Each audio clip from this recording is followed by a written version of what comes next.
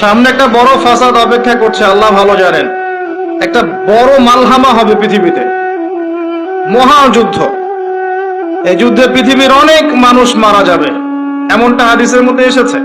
কে জানে, আল্লাহ ভালো জানেন এটা কবে হবে, কত সালে, কিভাবে হবে।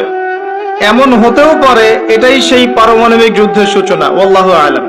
কারণ তারা শুরু করেছিল চাইনকে কেন্দ্র করে, সেখানে পারে নাই। কেন্দ্র করে চেষ্টা করেছে একটা মহাযুদ্ধ লাগানোর, পারে নাই। সিরিয়াকে কেন্দ্র করে প্রায় হয়েই গিয়েছিল, এখানে অনেকগুলো দেশ ইনভলভ হয়ে গিয়েছিল, কিন্তু নিউক্লিয়ার যুদ্ধ পর্যন্ত যায়নি। কিছু মানুষ চাচ্ছে, একটা সভ্যতা চাচ্ছে যে পৃথিবীতে একটা মহাযুদ্ধ ঘটুক, এর ফলে পৃথিবীর ম্যাক্সিমাম মানুষ যেন মারা যায়, পরাশক্তিগুলো দমন হয়ে যায়, সে নতুন করে রাইজ করবে, সেই অপেক্ষায় বসে আছে। এবং তার নাম কি সেটা আপনারা আমার চেয়ে ভালো জানেন। প্রথম বিশ্বযুদ্ধের পরে একটা কান্ট্রি বিশ্বের রুলিং স্টেট হয়েছে, দ্বিতীয় বিশ্বযুদ্ধের পর আরেকটা কান্ট্রি বিশ্বের রুলিং স্টেট হয়েছে। এখন অন্য কোন রাষ্ট্রকে যদি পৃথিবীর শাসন রাষ্ট্র হিসেবে আত্মপ্রকাশ করতে হয়, তাহলে বিশ্বে আরেকটা বড় যুদ্ধের দরকার আছে।